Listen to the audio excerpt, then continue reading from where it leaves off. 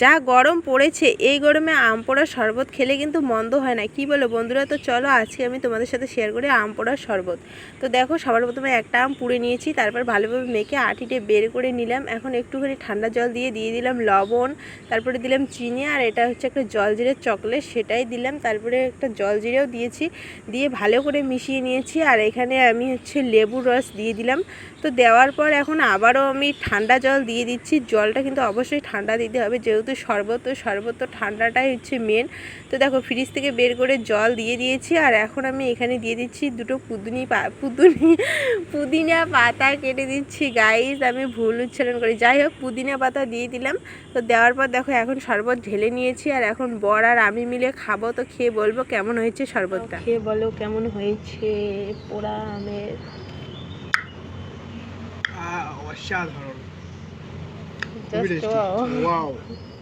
এই যে আমি এখন বাটির মধ্যে নিয়ে নিয়েছি পোড়া আমের শরবত, আমি একটু খেয়ে বলি। Just wow.